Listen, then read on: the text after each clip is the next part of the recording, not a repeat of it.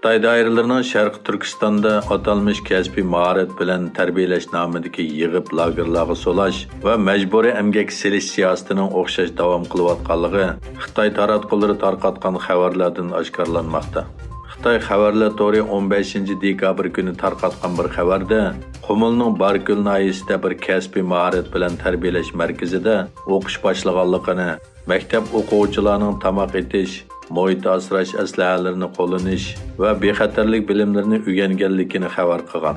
Xitoy hukumatı bunda o'rinlarni kishilar o'z ixtiyorligi bilan kelib mahorat o'rganadigan o'rin deb ilgari sursimi, ammo Amerika Emgak Ministerligining xalqaro emgak masalalari ishxonasi e'lon qilgan bu vaqtdagi dokladda bu o'rinlarning majburiy emgak lagerlari ekanligi, bu o'rinlarda kishilarning o'z irodasiga xilof holda tutib turilayotganligi e'lon qilingan edi.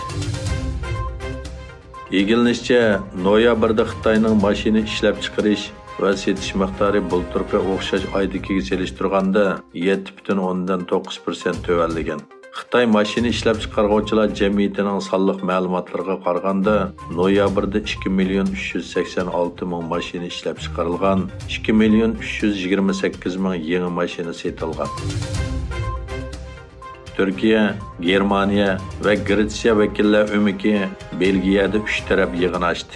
Yig'inda Turkiya bilan Gretsiya o'rtasidagi aloqa kanallarini jonlantirish muzokara qilindi. Iranning poytaxti Tehrandagi qizil ogohlantirish darajasiga yetgan havoning bulg'unishi ijtimoiy turmushga pasib ta'sir ko'rsatdi.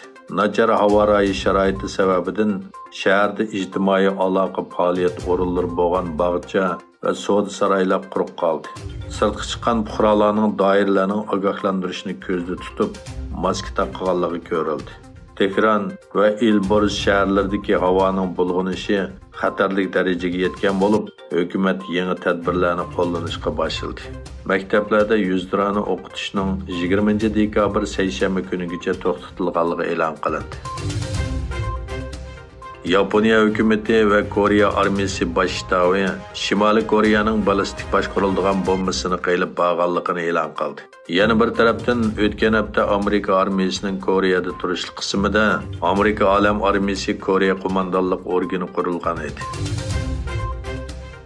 Argentina Qatar sohibxonlik qilgan 2022 yillik Dunyo lo'nqishi futbol musobaqasining chempionligiga erishdi.